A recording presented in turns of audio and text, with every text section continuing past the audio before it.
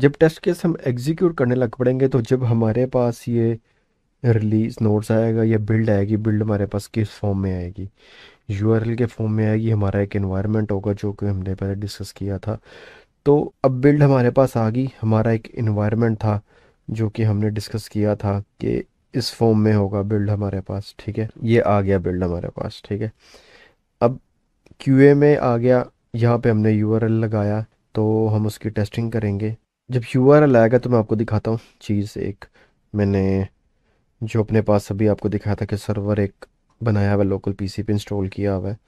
तो जैसे ये है, अब ये बिल्ड आई है, तो हो सकता है आपके पास यूआरएल ही ना चल रहा हो, यूआरएल काम ही ना कर रहा हो, इस पे से कोई भी चीज़ ना शो हो रही हो। तो वो जो आपकी टेस्टिंग होगी ना वो स्मोक में आएगी। अब हमारा इस केस में हम ये देखते हैं कि हमने रजिस्ट्रेशन का जो पेज है ना वो हमने चेक करना है, तो वो देखते हैं, यहाँ पे जाते हैं। तो मे बी जब हम यहाँ पे क्लिक करें आगे ये हमारा काम ही ना करे, ये भी तो पॉसिबल हो सकता है कि जो चीज़ हमने टेस्ट करनी वहाँ तक हम पहुँच ही नहीं पा रहे। तो ये होगी स्मोक टेस्टिंग। अब जब हम यहाँ पे आ गए हैं ना, तो इसका मतलब हमारी स्मोक टेस्टिंग हो गई है। तो वो जो एक हमने पढ़ा था कि अब जब स्मोक टेस्ट पास होगा तो आप ये करेंगे, अगर वो फेल हो गया, report bug and return build to developer. अब बिल्ड हम उसको रिटर्न थोड़ी करेंगे, हम सिर्फ एक टास्क बनाएंगे पोर्टल पे और उसको बता देंगे कि ये जो आपने बिल्ड हमें दी थी इसकी स्मोक टेस्टिंग फेल हो गई है। स्मोक टेस्टिंग में क्या आएगी, क्रिटिकल फंक्शनैलिटी या कोर फंक्शनैलिटी हमारी काम ना कर रही हो, क्या कि हम अपने उस एक्चुअल पॉइंट तक पहुंच ही नहीं पाए जो हमने टेस्ट करनी है, कि यूआरएल काम नहीं कर रहा, मे बी ये बटन ही प्रेस ना हो रहा हो।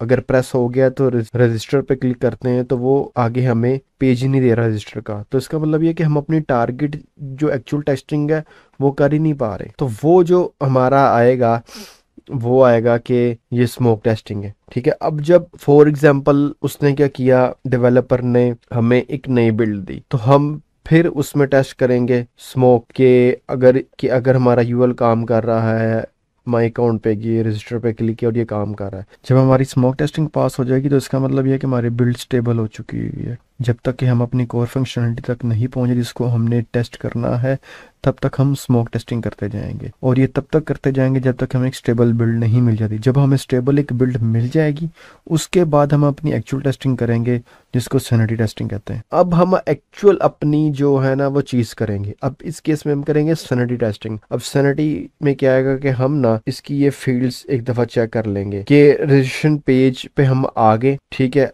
अब हम देखेंगे, हमने अपनी एक्चुअल फंक्शनलिटी को चेक करना है।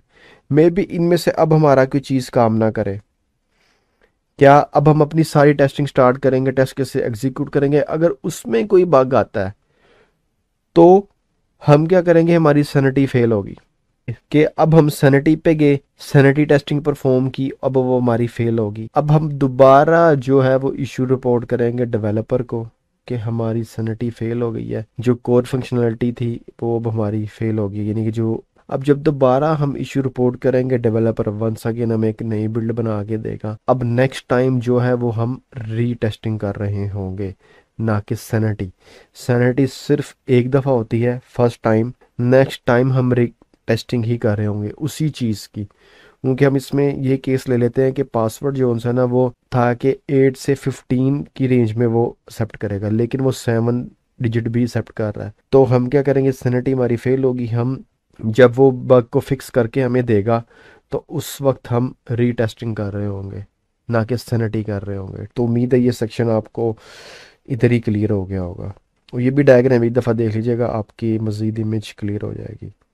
और यहाँ पे भी हमारा फ्लो इसी तरह चलता जाएगा डेवलपर के पास, डेवलपर हमारे बिल्ड बना के देगा, ये चीज़ें सारी प्रोसेस दोबारा से चलेगी। और जब स्टेबल हो जाएगी तो हम रीटेस्टिंग कर रहे होंगे उसी पासवर्ड वाले सेक्शन को जो हमने डिस्कस किया है। अब हम जब दोबारा टेस्ट करेंगे तो वो अगर फिर काम नहीं करता, मे बी फिर वो 7 डिजिट फिर एक्सेप्ट करी जा रहा है, तो हम उस केस में जब दोबारा उसको रिपोर्ट करके जब वो बग फिक्स करके हमें भेजेगा तो उस केस में भी हम उसकी रीटेस्टिंग कर रहे होंगे, ना कि सैनिटी कर रहे होंगे। तो उम्मीद है ये वाला सेक्शन आपको इसमें समझ आ गया होगा।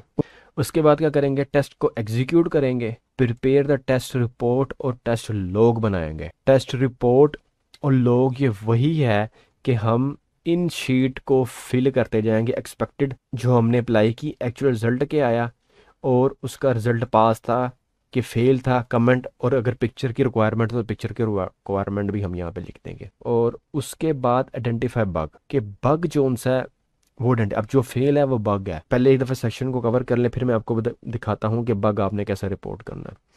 अब इसमें टीम लीड का 10% काम है, क्यू इंजीनियर का 90% काम है। क्यू इंजीनियर के पास इन्वायरमेंट आया होगा, जैसे मैंने आपको ओपन कार्ड की एप्लीकेशन दिखाई थी, तो वो क्या करेगा, उसमें बारी बारी सारी वैल्यूज पुट करके तो आपकी टेस्टिंग कर रहा होगा, और team lead Johnson as a reviewer आपको देख रहा होगा। और इसमें सिर्फ क्यू इंजीनियर का रोल होगा, और आप यहाँ पे टीम लीड भी लिख दें, क्योंकि मे बी टीम लीड लिख दें क्योंकि वो भी आपके साथ ही आपके इस काम को देख रहा होगा। तो इसकी आउटपुट क्या आएगी, टेस्ट केस की एक रिपोर्ट आएगी जो हमने देखी थी, ये वाली रिपोर्ट, कि ये वाली आपकी सारी रिपोर्ट आ जाएगी, यानी कि in short test case test scenario वाली सारी रिपोर्ट, जिसमें सारी ये पास फेल और सारा रिजल्ट्स है, और आरटीएम। इन शॉर्ट आप ये पूरी फाइल ही जो उनसे ये शेयर कर देंगे, ठीक है, जिसमें आपकी दोनों चीज़ें जो उनसे ये कवर हो जाएंगी। ठीक है, टेस्ट केसेस की रिपोर्ट भी आ गई कि कौन से फेल है कौन से पास है, और आरटीएम वाला सेक्शन भी आ जाएगा। Thanks for watching this video.